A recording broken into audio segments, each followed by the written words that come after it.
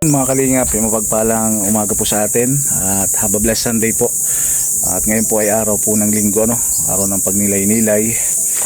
So napakainit po dito ngayon sa Daet, sa Camarines Norte. At gusto po kayo mga kalingap. Medyo hindi na naman po tayo nakapag-upload ng tuloy-tuloy ngayon dahil at nabibisi na naman po ang inyong lingkod. So nandito po tayo ngayon mga kalingap sa pwesto natin sa dito sa may hollow blocks. Ayan, napakainit po talaga, grabe. Ay meron lamang po ako mga kalingap na i-share sa inyo. Ito po ay motivational story. Grabe, motivational story.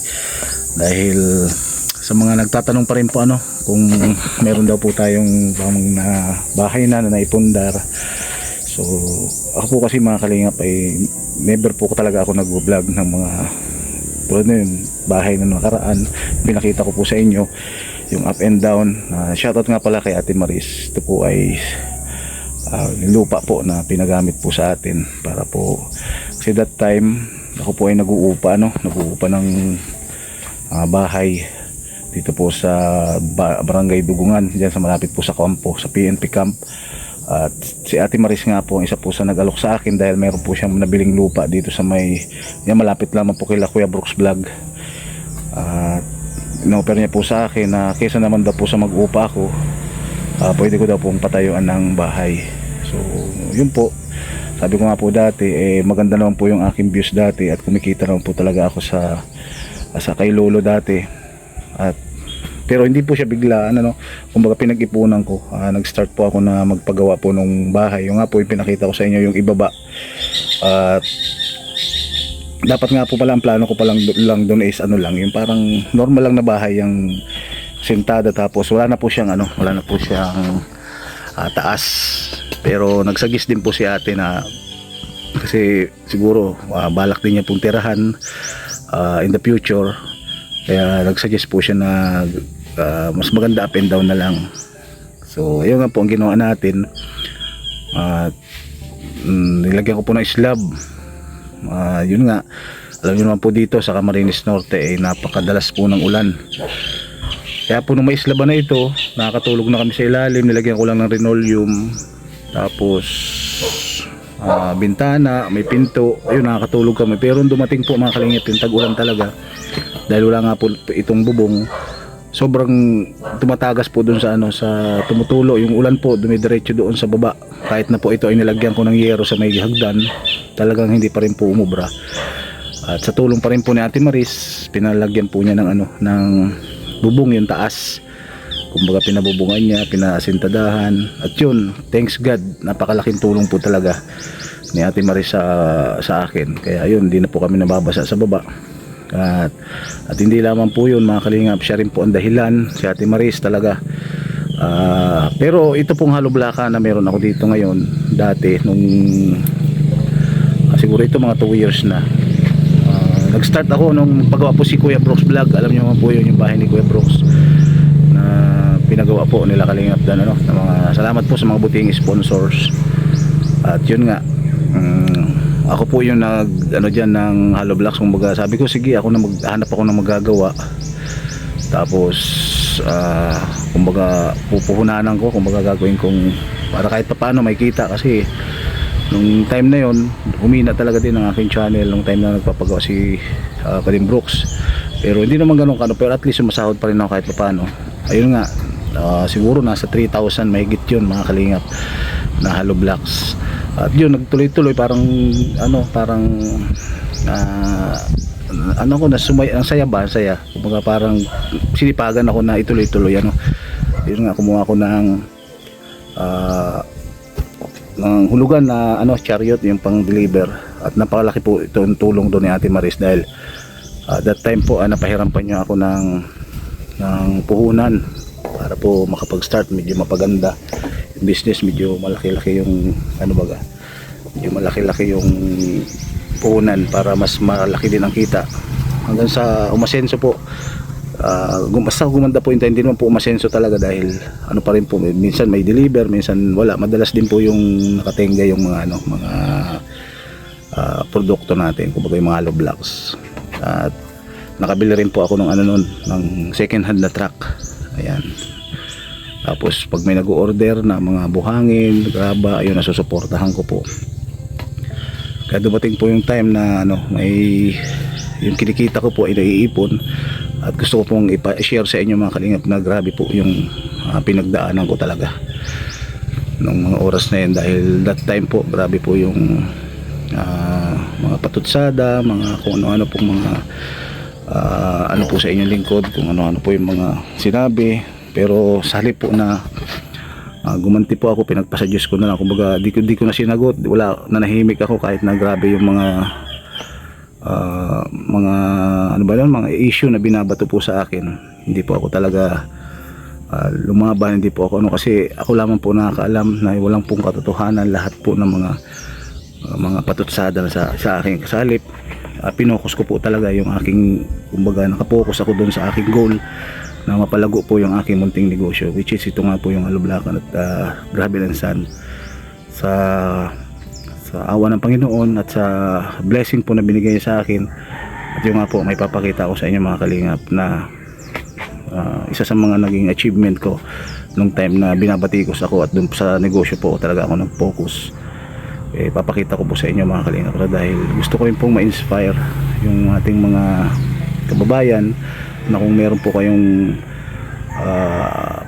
mga naisip na ano, mga naisip kayo na gusto nyo pagkakitaan, kasi sa panahon po ngayon hindi po pwede yung nagtatrabaho ka lang, kumasahod ka ng kinsenas katapusan. Mas maganda po kasi meron kang alternative, ano, kumbaga hindi man po mag-click dito sa isa, meron pa po tayong pwedeng puntahan na talagang makakatulong sa atin. Kumbaga sabi nga nila, kahit sa mga palaro, pag marami kang entry, mas malaki yung chance mo na manalo. Kumbaga, pero ganun pa man, basta wag niyong iwawala sa puso't isipan niyo ang Panginoon, si God po mga kalingap. At yun nga, at sinersorte din tayo nung time na yon, dahil mayroon pong nagbigay sa akin talaga, or nabuksan yung opportunity na dumire-diretso po yung ating pong negosyo hanggang sa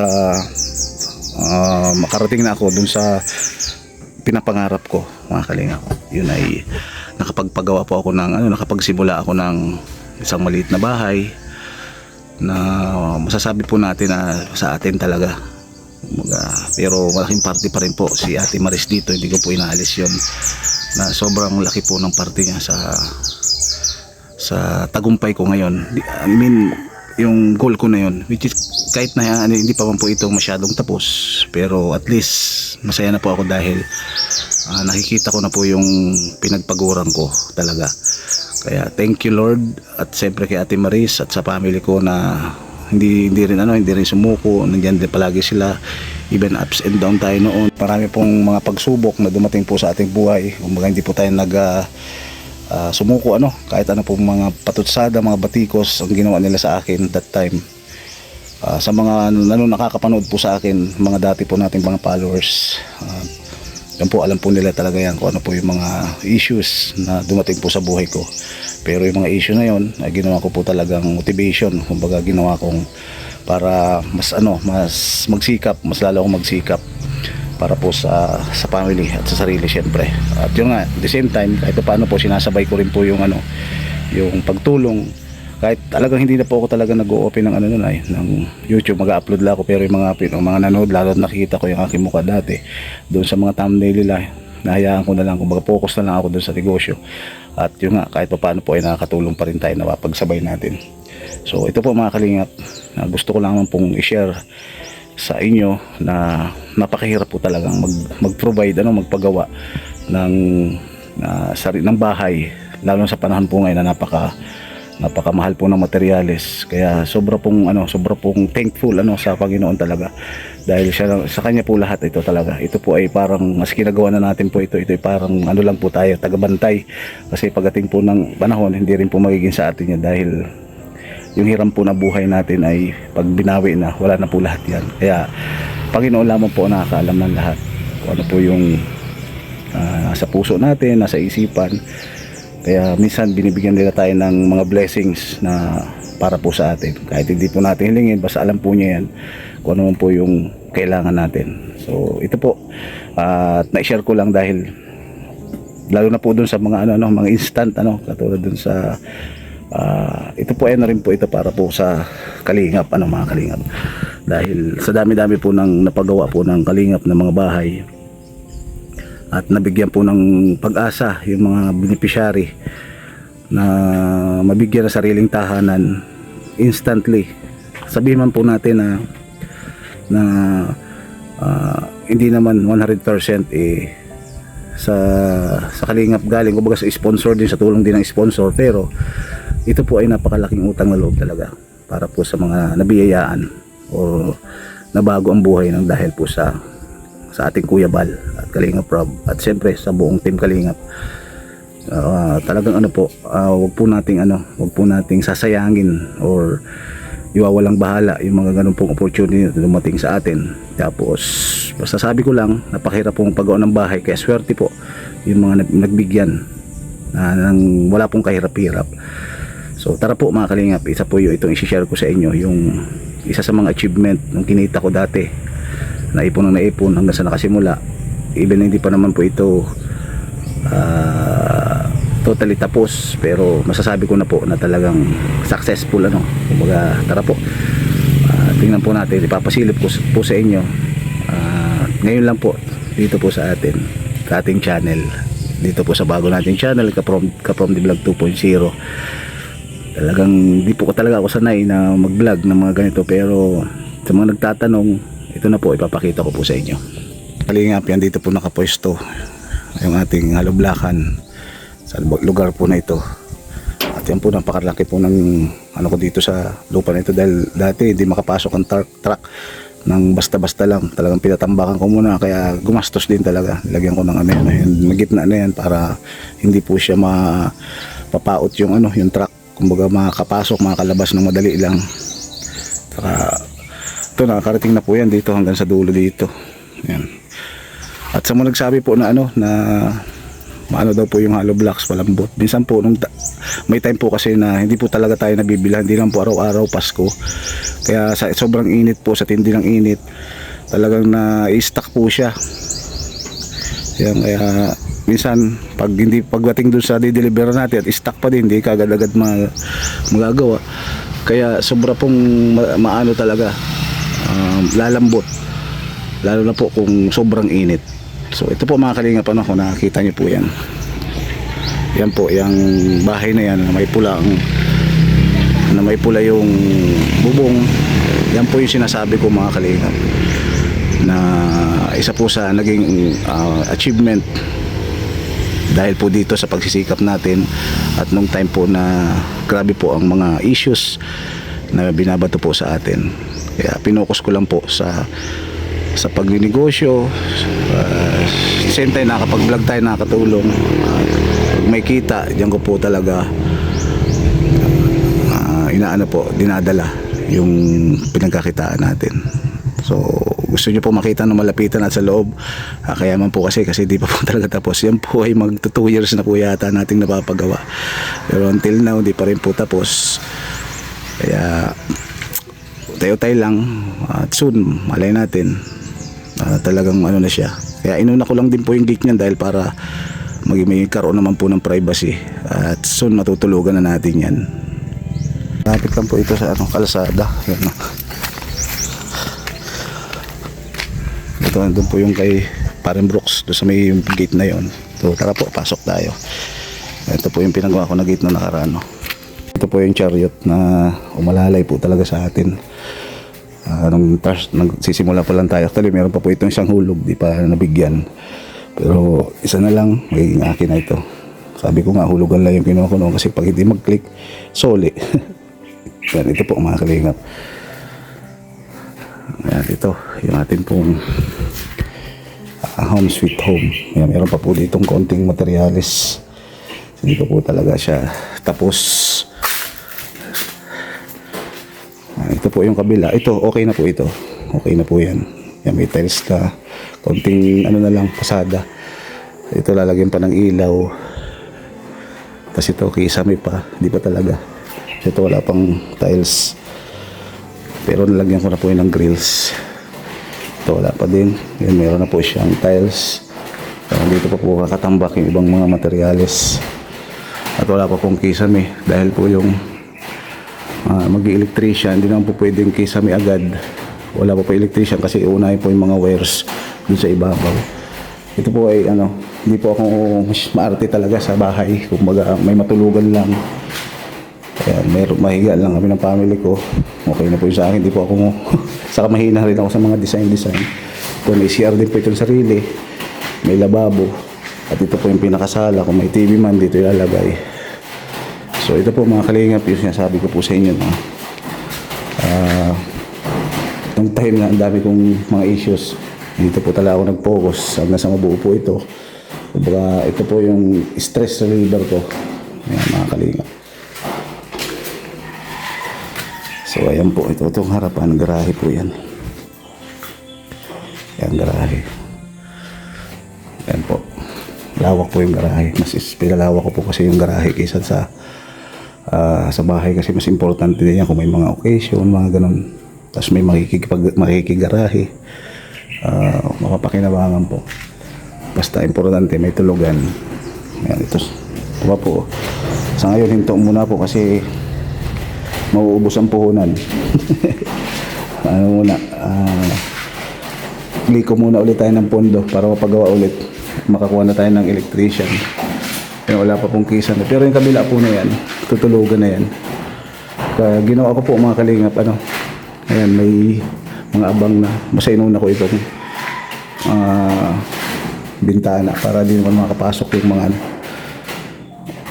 mga hayop. Ito yung aso. Tanggol, nandiyan ka. Ito CR, maliit lang din po ito, simple lang. May doro, may lababo doon, kumbaga laboratory. Tapos may dito na yung gripo. Simple lang po talaga ito mga kalingap. Sabi ko nga, hindi po ako maarte pagdating sa kasi pag inartehan ko po yung bahay, wala naman po tayong sapat na pondo para po mapagawa yung yan. Kasi umaasa lang naman po tayo dyan sa kinikita po ng ating munting negosyo. Ayan. Lalo sa ngayon, naghihirap na po yung gano'n kasi mamahal na po ng materyales talaga. So ito po muna ngayon mga kalingap yung ating pong ma-share sa inyo na sana po makapagbigay din po tayo ng inspirasyon na anumang pagsubok sa buhay, hindi po ito hadlang para po tayo tumigil. Pagkos gawin po natin itong inspiration or motivation para mas matupad natin yung pangarap natin. At unang-una, huwag niyong kakalimutan si Lord. Nasa puso at isipan natin yan. Siya po kasi yung aalalay para po dito sa ating mga pangarap sa buhay.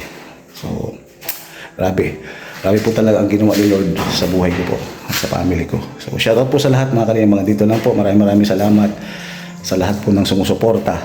Ayan, sana po, advice ko lang din po sa mga nabibigyan at nabibigyan po ng mga instant na bahay, lalo na po sa mga beneficiary ng kalingap. Kumbaga, gawin po natin tanawin natin talaga malaking pasasalamat po sa naging instrumento para po magkaroon kayo ng bahay instantly ano man po yung nakikita niyo pagkakamali doon sa mga tumulong, wala po yun kasi ang isipin po natin kung paano nabuhay or nabago yung ating pong buhay.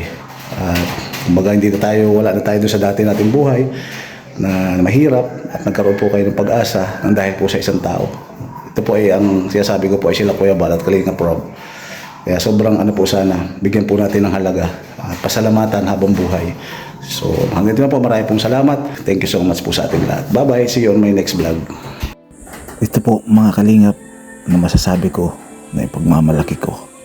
Kasi dugo at pawis ang aking pinuhunan para po mabuo paunti-unti ang aming munting tahanan. At muli po nagpapasalamat ako sa Panginoon at naway kapulutan ng aral at maging inspirasyon na hindi hadla ang kahirapan para matupad natin ang mga pangarap sa buhay. Basta maging mabait lamang at wala tayong inaapakan o nilalamangan na tao, ito ay bibigay ng Panginoon kahit hindi man natin sabihin. To God be the glory. Maraming salamat po.